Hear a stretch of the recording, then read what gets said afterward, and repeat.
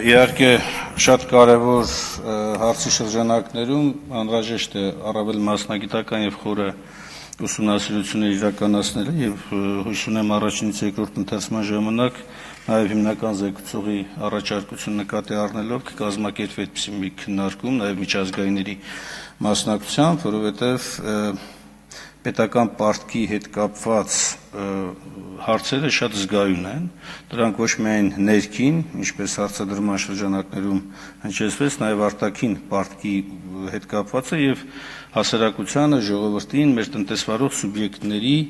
բեռի մասին է խոսքը գնում, հատկապես ապագա բեռի մասին, բայց իմ համար չափազանց կարևոր է, որ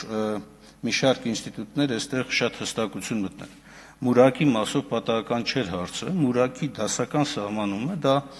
առանց որևէ բանով պայմանավորված, այսինքն անվերապահ պարտավորությունն է մուրակ տվողի կողմից, որ երբ որ մուրակի սեփականատերը կամ տիրապետողը պահանջը ներկայացրեց, դա ենթակա է վճարման։ Այն չի կարող լինել պայմանական, որովհետև պայմանական պարտավորությունը որոշակի դեպքերի, իրադարձությունների հետ է կապված։ Կարող է առաջանալ, կարող է չառաջանալ, բայց մուրակի դեպքում չկա այդպիսի բան։ Եվ հետևաբար անվերապահ կատարումը ինքնին պետական պարտքի կարևոր բաղադրիչ է դառնում, որտեղ եթե այս պահի դու տվեցիր պետական մուրակ, նշանակում է վերցնողը, գնորդը, անկախ նրանից պարզ մուրակ է, թե փոխանցելի մուրակ է,